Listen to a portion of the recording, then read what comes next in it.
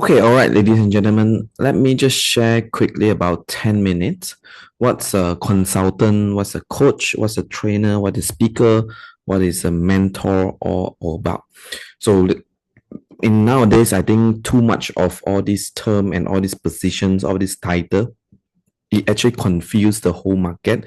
And through my own experience, being a consultant, being a coach, being a trainer, being a speaker and being a mentor. Let me just sum it up. What is the difference between all these five different type of the title positions or whatever name that people call themselves, so that to make a to so that the market have some clarity.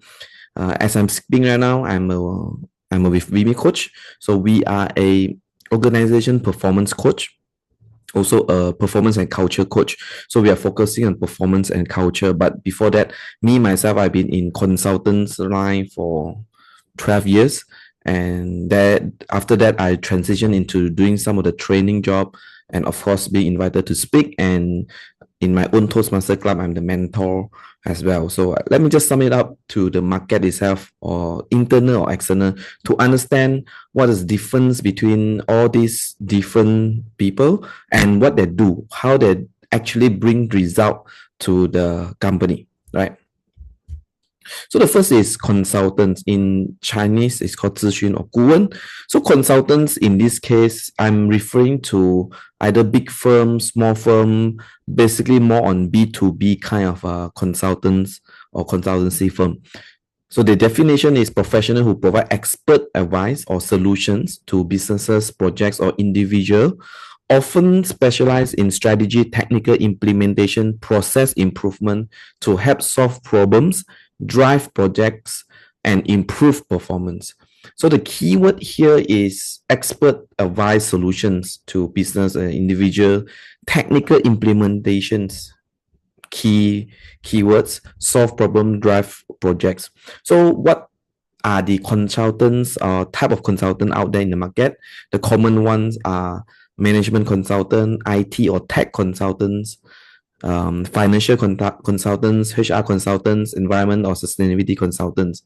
So we talk about big firm like McKinsey, Bain, BCG, Accenture, EY, PwC, Deloitte, Mercer. All these are big firm, multinational firm, and we have a small niche and boutique consultancy firm. All these small can range up to 10 to 15, 20, up to 50 people kind of consultancy firm. Usually they are very niche into a certain market, or there are small serving some big company.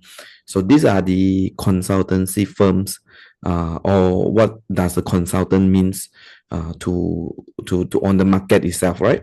So next is coach.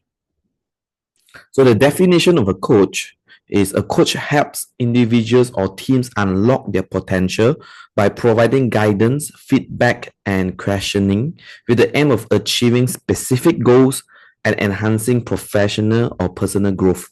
So the core of coaching is supporting people to reach their best through a tailored guidance, fostering clarity, and holding them accountable for taking actionable steps toward their desired outcome. So what kind of coach out there? Business coach, health and wellness coach. Like us, Mimi coach, we are the organization performance coach, career coach, sport coach, and etc. So a coach is more like a specific skills, right? It helps people to unlock the potential, guide them, questioning them, give feedback. They have their goals and ensure accountability. Make sure they do what they say and achieve the desired result. So that's what coach all about. And the third one is trainer. So I believe trainer is kind of easy. So trainer teaches specific skills and structure program using framework and a real world example. So trainer train.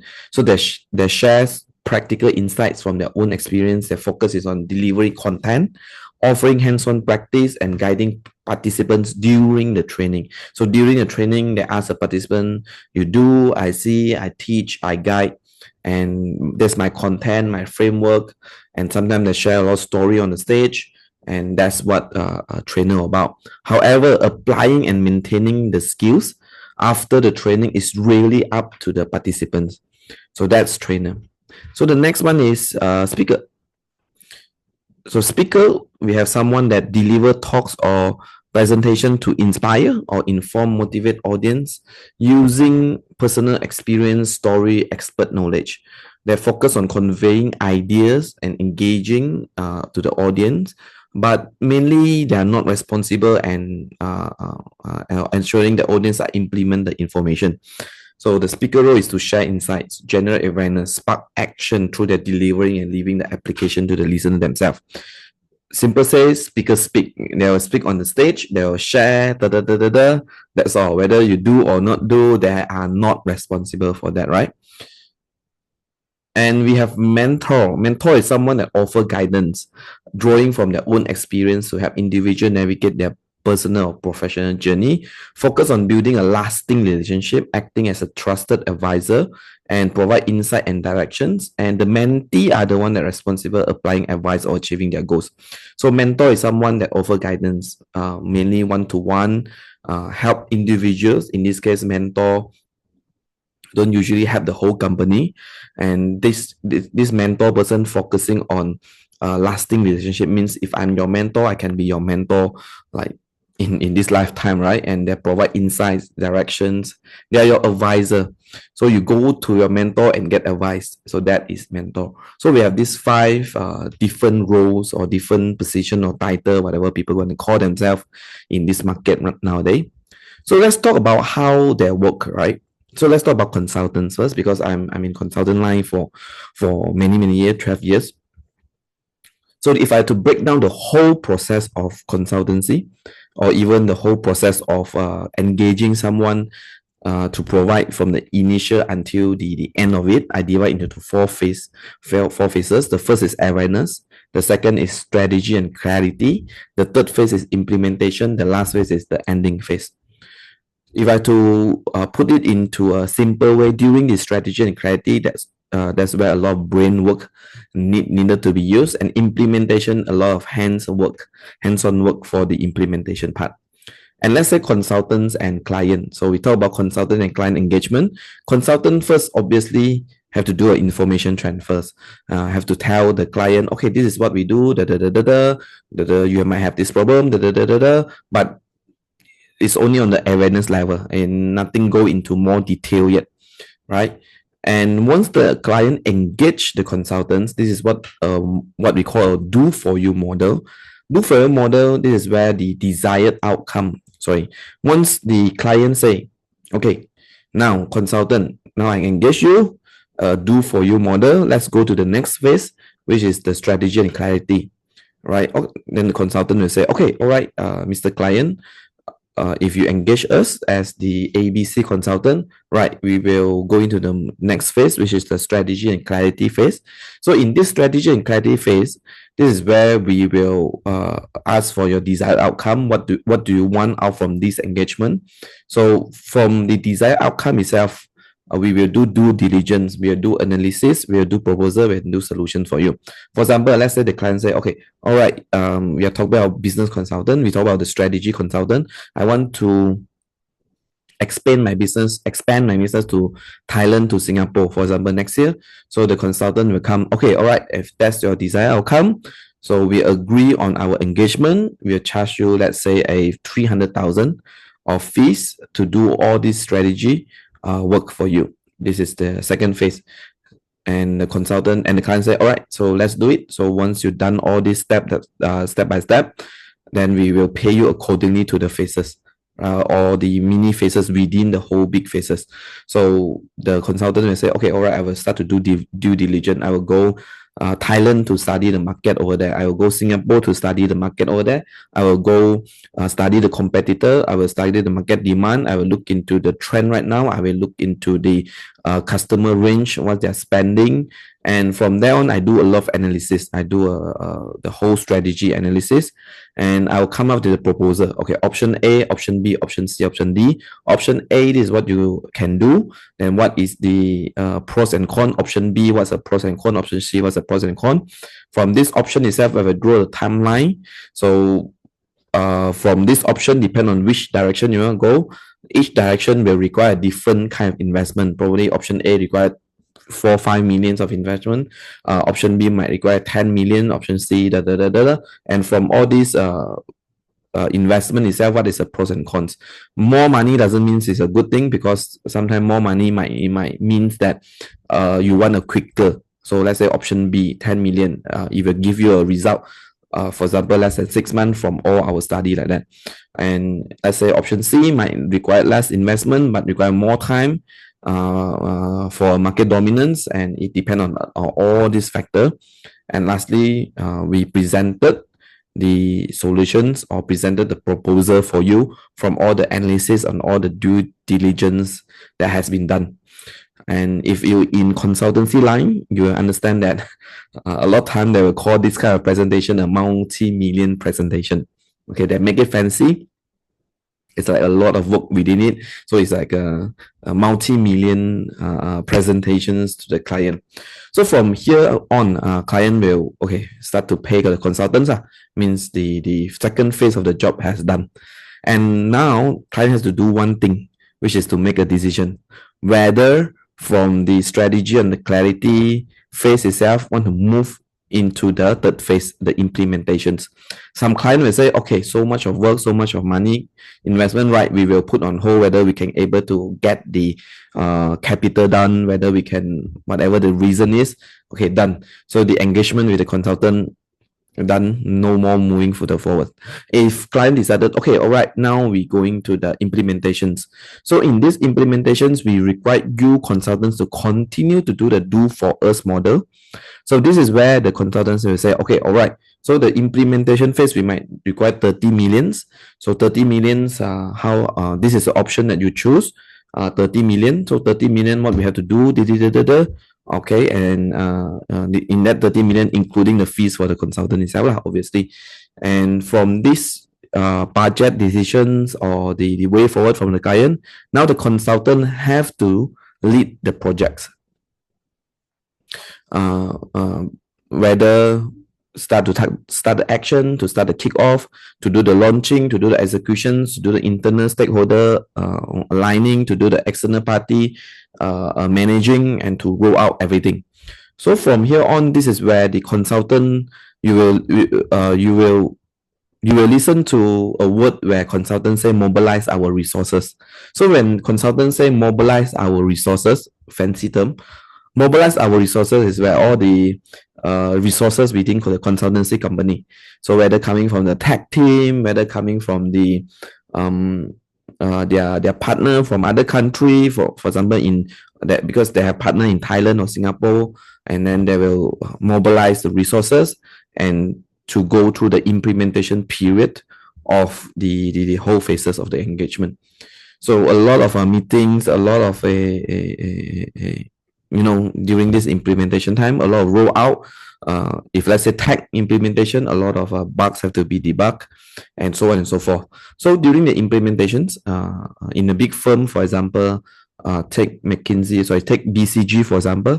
BCG, they have strategy arm, and they have the talent organization arm, or Accenture, they have a strategy arm, and they have the talent and organization arm. So the strategy arm will do the second phase thing.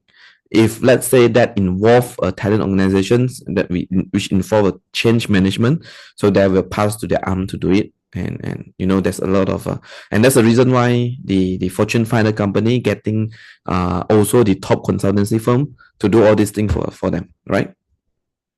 And lastly, when done the implementation, there's always a completion or results, and there's always learning.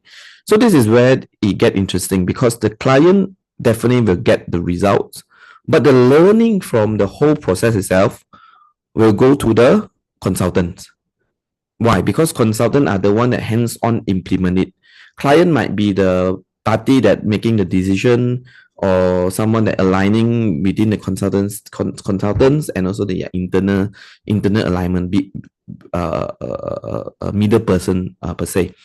So in this case, the consultant competency and consultant resources or capacity are crucial over here. So because it's do for you model, so all the learning will go to the consultant. So the more consultant implement, the more projects the consultant handle, the more competency will be built up for the consultant itself. And lastly, for all the implementations, whether done or not done, it will add up to the branding or the resources for the consultants firm, because the consultant mobilize their resources. Obviously, whatever that they learn will be building back to their company. Let's say, for example, today you engage a Accenture to do a SAP transformations for your company. Let's say you are running a talent organization projects that you want to have okay, you want to roll out a new system. Let's say now we talk about AI. So you want everyone to learn about AI, to use AI in their SAP, okay, so that every one of the employee know how to utilize the AI, how to use AI, do critical thinking to solve a lot of things, right? So in that case, they have to mobilize their change manager or change management consultant. So they will come in. Okay, all right. So we will do a training, for example. So we will do a AI demo. Okay, we will ensure everyone to roll out proof of concept of the projects. And after the proof of concept of the projects, and then they will do a review, and they will see where need to be adjusted here and there. So that is the mobilize of the consultant. Or sometimes if you talk about SAP integrate with AI, so Essentials will definitely mobilize their tech team or their tech side to ensure that whatever the client SAP was built in the AI. So that's the reason why when all these projects was roll out for all these company, so it can easily the whole projects can cost millions and millions for the client, and they're willing to pay so because consultant has that level of competency and resources to be able to do so. So here we talk about triple constraint in project management. The more usually when you hire consultant, as I said just now, the more money you'll be spending on the consultancy. Means you engage them for millions of the engagement because you want to buy time. Because all these companies, they have money.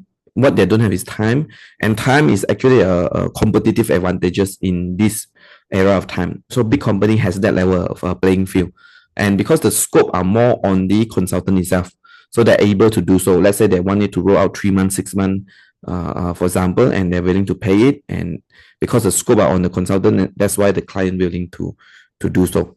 So this is on the consultancy model, right? So next, I'm going to talk about coaching model. This is what we do in VME Coach. Again, we have the 4 phases: awareness, strategy, clarity, implementation, and the end part of it.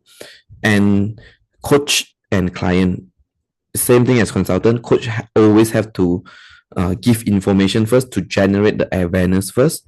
And once the client engage with coach, this is where it get interesting. On the strategy and clarity, this is what I call a do with you model. Do with you a guided model. We will guide you to do together along with you and to come out with the desired outcome, to do the due diligence, to do the analysis, to find the proposal, to do the proposal, and to find the solutions. This is where the coach will do what a coach do and show clarity. And during the process itself, the coach and the client, also we call it a co-creations, 共创. So the coach and the client will sit in the coaching sessions. Okay, now let's talk about the desired outcome. So we have our direction. So what is the how we do due diligence? Okay, so this one. Okay, we analyze what are the situation right now and what are the proposal, what are the solutions moving forward. So this is to ensure clarity only. Haven't do it. So throughout the 2 to 3 hours, this is where as a coach myself, we ensure clarity on the client. We do the analysis together. The why, what, the how, why we gonna go, what is the problem now, and how do we solve it? Why are we doing this? What are the objectives we want to get, and how are we doing it? So there's a lot of things going on in this strategy and clarity sessions. So sometimes you have challenges, sometimes you don't have challenges, sometimes you have the direction, you don't know how to go around that. So that's where the coaching sessions all about. It's all about throwing ideas, asking questions, looking into the potential resources and everything throughout that what we call strategy or clarity sessions and coaching sessions. So after we have that, the most important is to have the clarity to move forward. And again, client have to make decision. So which option are we going into it? and then we will do the implementations. We'll go into implementation phase, but coaches are not the one that doing the implementations. Coaches are the one that ensure accountability on the client side, okay, to do the implementations. And this is where it get interesting between coaches and consultants. So coaches ensure accountability. So let's say client say, okay, I'm going to do this. So I'm going to ensure you're going to do it. You say what you're going to do. So you're going to launch it. So you will prepare the PPT, for example. So you will talk to your shareholder or stakeholder. So you will liaise with your external party. You'll roll out this program. Okay. So you do it. I will ensure that you will do it. If you don't know how to do, okay, let me show you how to do, or you do first. Let me review. This is the part where it guided. So I also have some example. I can show you some example. Okay, this is what the case study is, right? I will show you some example on that. But at the end of the day, you have to do it. Where me myself will ensure that you will do it. Why coaching model? Because what interesting is coaching model. Same thing. At the end of the day, we'll get the result and learning. This is where it get interesting. That the client will get both the result and both the learning. Why? Because client are the one that doing it. Okay, client are the one that 一起共创 on the strategy, 一起co-create on the strategy and the clarity, and also implementations client are the one that getting the hands dirty on doing it. And that's why the results and the learning are going to the client. So if you ask me competency level, how? So competency is shared competency. So both client competency and coaches competency are very important. In this case, if the coach are able to quickly see or provide clarity or provide strategy throughout the strategy sessions or the coaching sessions with the client, the faster formulate out the solution, right? And how to go about that? Implementation. So if the client itself are able to implement quick enough, or coach ensure that accountability quick enough, then the more result, whether it's good result, bad result, more result coming and the learning going into the client. So competency wise required both sides of the coach and the client, but the capacity and the resources will muchly depend on the client. So if you want fast, if you have the capacity and resources.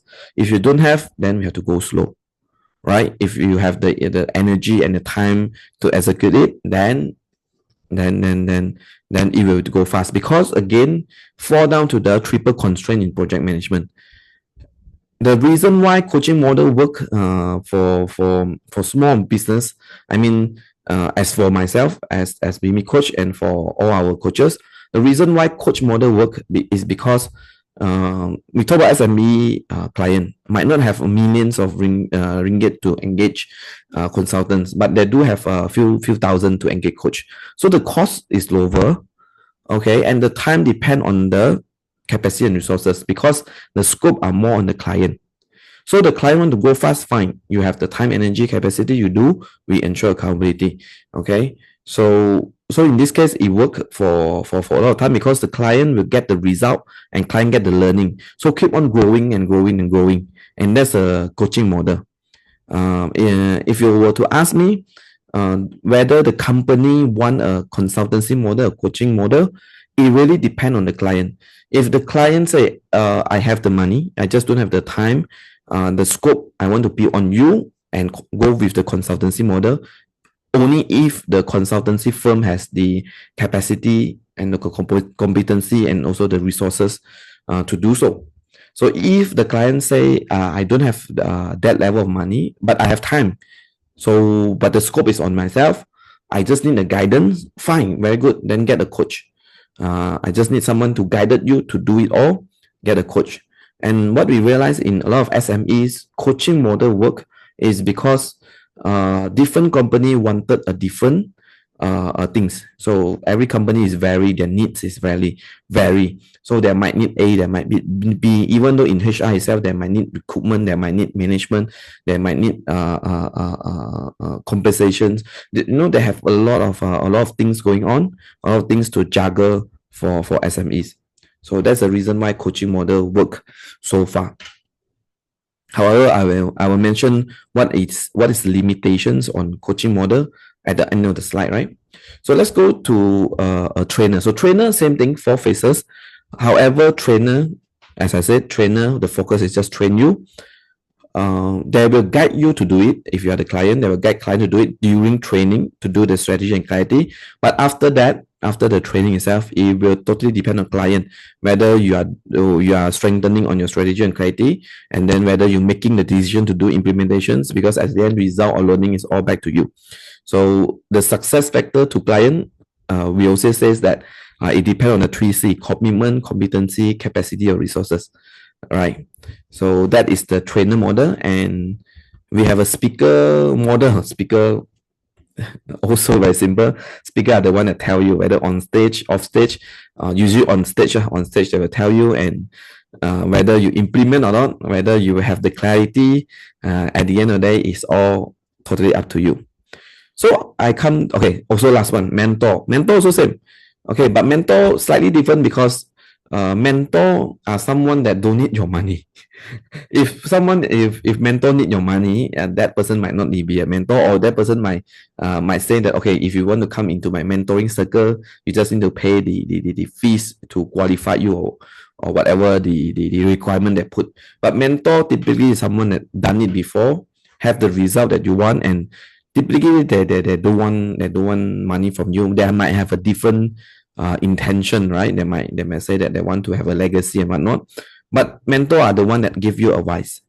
So even transforming information transfer, not so much, but very much of the time they're doing advising you, provided you go and find a mentor. If you don't find a mentor, then he or she might think that you don't need them.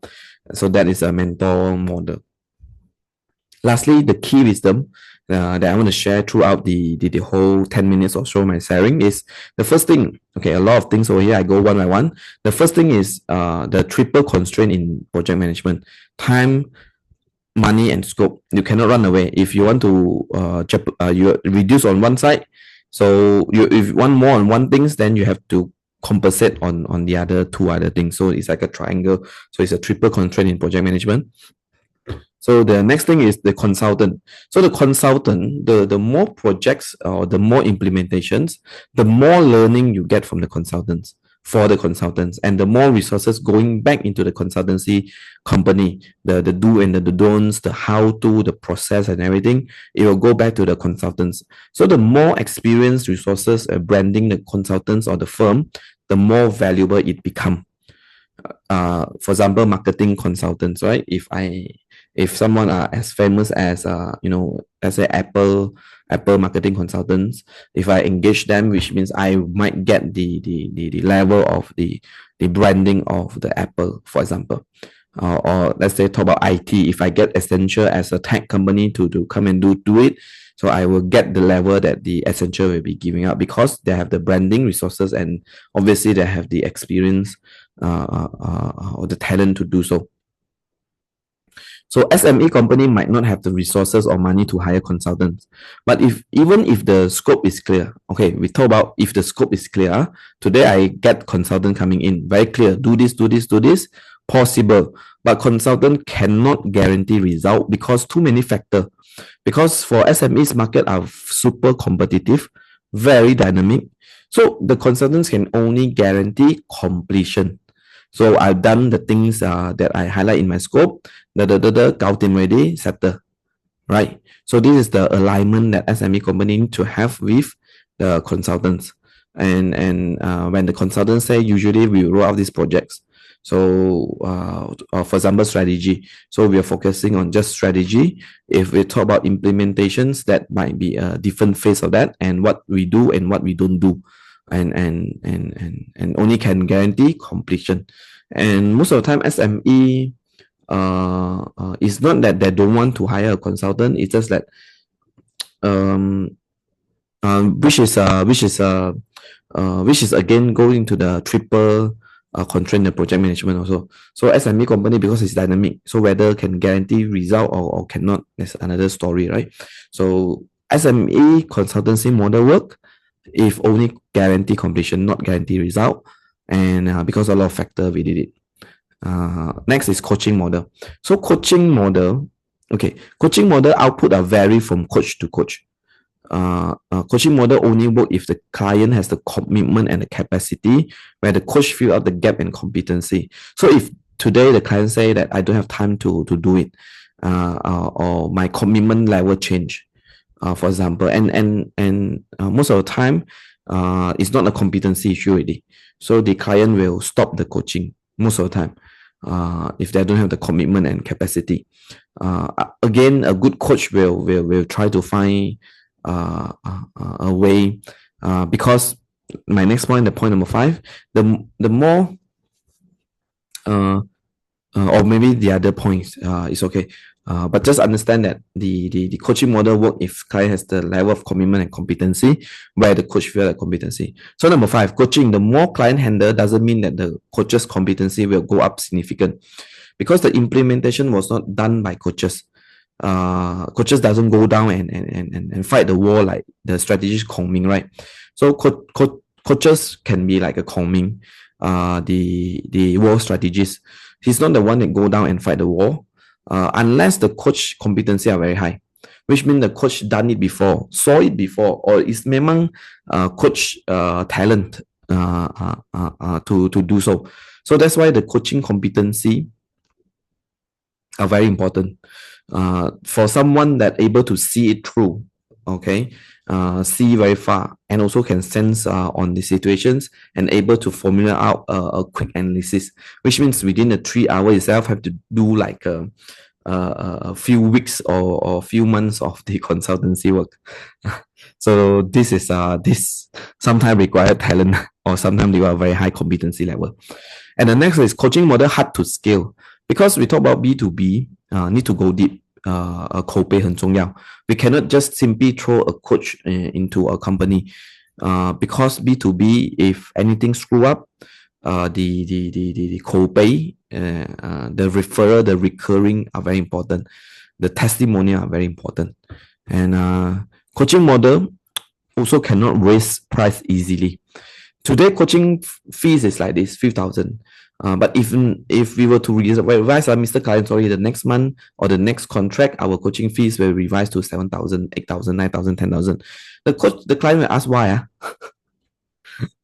Because later I will talk about it. But consultancy model different. Consultancy model, the fee is vary from project to projects. Company to company, can be a complex project, complex company, can be a very high headcount company, can be a very complex projects, or complex, require a lot of resources from the consultancy end, require more manpower. So consultancy price are vary from project to project. So that's consultancy model. And for big company that have been engaging with consultant and they have the money, it's a capital game, so they don't mind to hire consultants. Whereas SME, when they hire consultants, they do not have a benchmark of who are on the market that are able to do the same thing. It can be a two competitor. We talk about HR consultancy. Maybe the A consultancy, HR consulting firm doing this thing, but B doing this thing. But because the dynamic of the SME, so they can't compare the price, even though they say they compare. Even though they say, okay, I compare this HR consultant, that HR consultant. But eventually somebody can offer 2,000, somebody can offer 20,000. You don't know that whether the 20,000 is good or not good. The 2,000 doesn't mean it's good, because scope of work can be very gray area. Engagement time can be very gray. Let's say engagement time 6 months, but things change, dynamic change here and there. So how? Consultancy model has a trouble where for SMEs, we don't know how much to charge, might not be a benchmark on the market, and also client don't know the idea of the benchmark of the market, right? That's a consultancy model. But if you will have to have one package of implementation, let's say we talk about marketing consultancy, okay, I will help you with your industry, with this kind of the marketing plan. Usually we'll roll out let's say a AI or robotic let's say now we talk about AI, robotic marketing, awareness plan. So they will just tell you that, okay, this is the thing that we will implement for you. So that's a consultancy model. So very, very similar as an agency, marketing agency. They're going to call it marketing consultancy firm, because in marketing consultant, someone that provide the brain, the idea. Agency is someone who do for you, right? And in big company, consultancy means both things. Okay. Okay, so back to the B2B coaching model. B2B coaching model, one thing is easily we fall into employee mindset, the coach itself. Because coach will treat client as an employer hiring them instead of professional services or professional relationship of a service provider for value exchanging. Because coach are charging a retention sum. So we are charging retention sum month to month, which very similar to salary, unless the client see the coach as someone that constantly challenging them to grow. And the direction of the company can only be achieved with the support of the coach, unless coach is someone perceived in that authority figure, that Suwan today is to challenge you to grow. Suwan today are the one that support you to achieve your direction. Okay, so the retention fund for me is consider utilizing my brain. Okay, utilizing my brain only. Okay, so don't depend me on the hand to help you, because if a coach do a little bit of do for you, what happen is the client will think that you are their employee. So from the employee itself to jump out to be the coach, that is very difficult.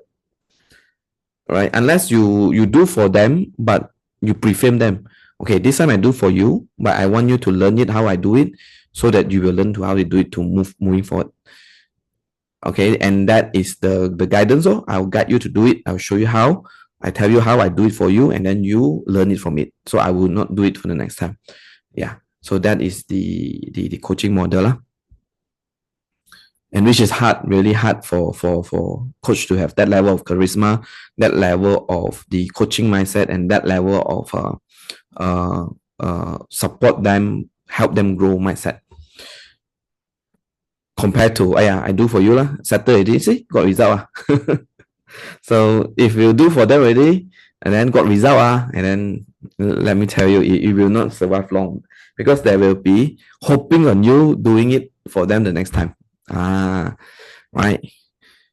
So either which model, from consultancy to mentor, whether you are consultant your whole, you are coaching your coaches your whole, whether you are speaker, trainer, mentor your whole, halo effect is super important.